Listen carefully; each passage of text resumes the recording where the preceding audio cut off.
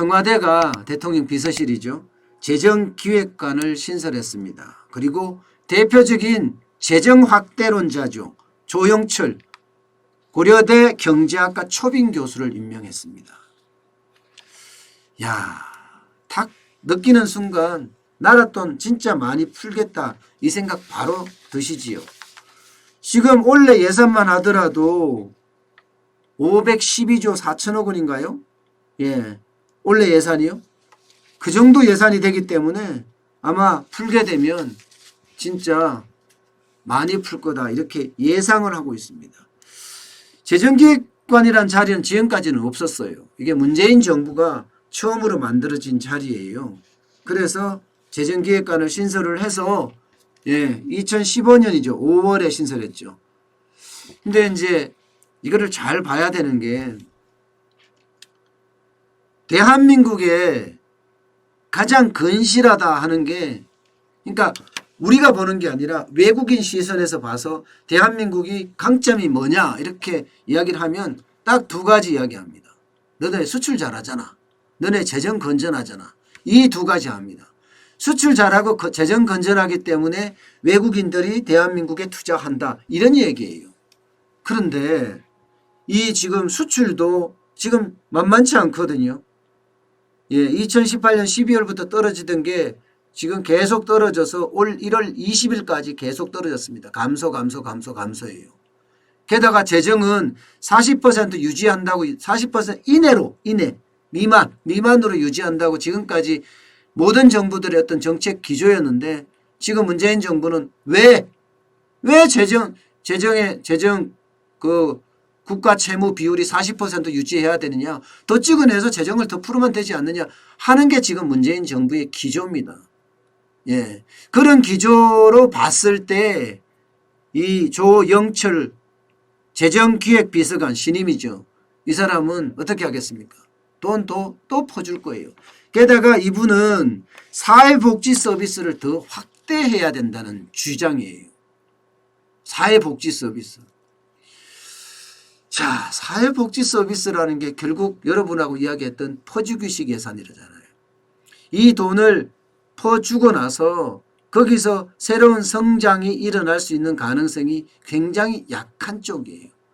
결국은 사회복지 서비스는 많은 사람들한테 돈을 퍼줘서 소비하기를 바라는 건데 소비를 지금까지 2년 반을 봤는데 안 하잖아요. 그죠? 예. 그렇게 되면 진짜 이거 봐야 합니다. 원래 512조 3천억 원이라는 아주 슈퍼 예산인데 역대 최대 규모예요. 이렇게 예산을 그냥 퍼주기식으로 소비한다? 그렇게 되면요. 세금으로 또 많은 걸 퍼주게 됩니다. 그럼 여러분들 세금 또 늘어나겠죠. 이런 게 좀 안타깝다는 거예요. 저는 늘 말씀드리지만 재정을 확대하는 것은 찬성이에요. 재정을 확대해야 된다고 저는 생각을 해요. 세계 경제가 어렵고 국내 경제가 어렵기 때문에. 그러나 전제 조건이 있습니다. 전제 조건은 경제 심리를 개선을 해야죠. 경제 심리를 개선하려고 그러면 정부가 지금까지 썼던 경제 정책의 어떤 대전환이 일어나야 합니다. 그래야지 심리가 개선이 되거든요. 그렇게 심리가 개선된 상태에서 이게 조건이에요. 예. 그리고 재정을 풀어야 되는데 재정을 풀 때도 퍼주기식 소비성 재정은 안 된다는 겁니다. 예. 일정 부분 소비성 재정이 필요하기는 하겠지만 재정을 풀어서 성장 전략이 있어야 합니다. 재정을 풀어서 성장 전략이 없다는 것은요. 밑 빠진 독에 물 붓기하고 똑같습니다. 지금 조영철 신임 재정기획관이 바로 그런 것이 아닌가 하는 우려의 목소리가 있습니다. 실제로도 보면 사회복지 분야에 더 많이 투자를 하겠다. 여기에다가 나라 돈을 확 풀겠다. 실제로 이야기를 하고 있는 중이니까 말입니다. 물론 저출산이나 고령화에 대한 대책 반드시 필요하죠. 특히 저출산의 대책은 진짜 필요해요. 여러분도 아시지만 지금 한 사람이 출산율이 얼마예요? 0.98에서 0.86까지 떨어졌죠. 그럼 나라 인구가 지금 쪼그라들고 있다는 이야기예요. 그럼 이게 쪼그라들지 않게끔 출산 정책에 대해서 돈을 쓰는 거 저는 많다고 하더라도 비난할 생각은 없습니다. 왜냐? 굉장히 필요하니까. 또한 베이비 부머 세대들 1955년생부터 1963년생까지요.